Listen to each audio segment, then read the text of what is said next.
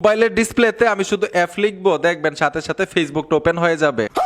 ডিসপ্লের মধ্যে আমি ওয়াই লিখবো, ইউটিউব ওপেন হয়ে যাবে। আমি যদি ডিসপ্লের মধ্যে ডাব্লিউ লিখি, হোয়াটসঅ্যাপ চালু হয়ে যাবে। আই লিখলে ইমো চালু হয়ে যাবে। আমি যদি এখানে সি লিখি, সাথে সাথে কল চলে যাবে। ঠিক এই কাজটা কিন্তু আপনার মোবাইলও আপনি করতে পারবেন। এগুলো ভাই জাদুর মতো, যার সামনেই দেখাইবেন হা করে তাকিয়ে থাকবে, অবাক হয়ে যাবে। আপনার মোবাইলে এই সেটিংসগুলো আপনি কিভাবে করে রাখছেন ভাই, আপনাকে হাত জোর করে বলবে আমারও শিখান, আমারও শিখান। এখন আপনি আমার কাছ থেকে শিখে রাখেন এই সেটিংসটা আপনার মোবাইলে কিভাবে করবেন। কিভাবে সম্ভব, গুগল ক্রোমে চলে আসবেন, সার্চ বক্সে লিখতে হবে উইগু কাপ, এইখানে টাচ করে দিবেন। ট্যাপ দেওয়ার সাথে সাথেই কিন্তু তাদের পেজে নিয়ে যাবে। এইখানেও সার্চ বক্স পাবেন, গুগল আইকনটার উপরে ট্যাপ দিবেন, এইখানে লিখতে হবে SGG, লিখে লাল একটা সার্চ বাটন পাবেন, এইখানে ট্যাপ দিবেন, একটা পোস্ট চলে আসবে। এই পোস্টের টাইটেলে টাচ করতে হবে। দেখুন আমি টাইটেলে চলে আসলাম। টাইটেলে আসার সাথে সাথে এইখান থেকে নিচে চলে আসবেন। নিচে আসার পরে নিচে একটা বাটন পাবেন। এই যে দেখুন আমি এইখানে চলে আসলাম, এইখানেও কিন্তু একটা বাটন আছে। এই বাটনটার মধ্যে টাচ করলেই যে অ্যাপ্লিকেশনটা দিয়ে সেটিংসগুলো করব ফোনের মধ্যে, সেই অ্যাপ্লিকেশনটা আপনার মোবাইলে খুব সহজে ইনস্টল করতে পারবেন। তো আমি অলরেডি অ্যাপ্লিকেশনটা ইনস্টল করে রেখেছি, সোজা ওই অ্যাপ্লিকেশনে চলে আসব সেটিংসগুলো করার জন্য।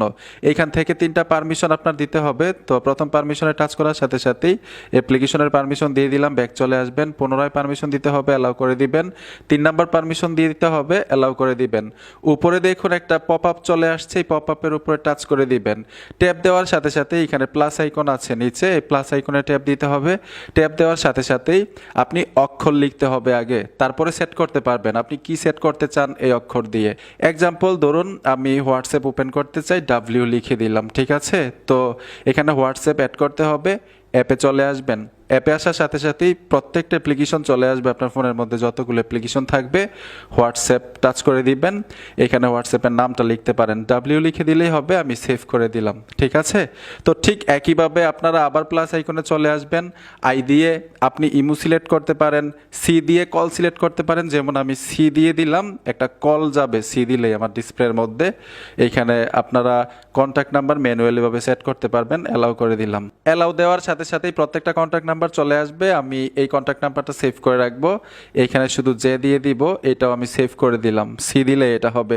ঠিক একইভাবে আপনারা প্লাস আইকনে এসে এসে প্রত্যেকটা অ্যাপ্লিকেশন অক্ষর দিয়ে সেট করতে পারবেন, প্রত্যেকটা কন্ট্যাক্ট নাম্বার অক্ষর দিয়ে সেট করতে পারবেন, মোবাইলের সেটিংসগুলো অক্ষর দিয়ে সেট করতে পারবেন। স্ক্রিনের মধ্যে এটা লেখলেই ওইটা চলে আসবে, মানে যেটা দিয়ে যেটারে সেট করেছেন। এক্সাম্পল আরও ইজিভাবে আপনাদেরকে দেখাচ্ছি। এখান থেকে ব্যাক চলে আসবেন, আবার অ্যাপ্লিকেশনে আসতে হবে। এখানে দেখুন স্টার্ট লেখাটা চলে আসছে, মানে গেট স্টার্ট, এই অপশনটাতে ট্যাপ দিবেন। স্ক্রিনে দেখুন একটা পপ আপ চলে আসছে, এই দেখুন একটা পপ আপ স্ক্রিনে দেখা যাচ্ছে। এখন এই পপ আপটার উপরে টাচ করবেন। আমি ডাব্লিউ দিয়ে হোয়াটসঅ্যাপ ওপেন করাইতে চাচ্ছিলাম, আমি স্ক্রিনে যদি ডাব্লিউ লিখে দেই, এই দেখুন আমার হোয়াটসঅ্যাপ চালু হয়ে গেল। আমি এখানে ডাব্লিউ ব্যবহার করেছি, আপনি যে কোনো অক্ষর যে কোনো সংখ্যা ব্যবহার করতে পারেন।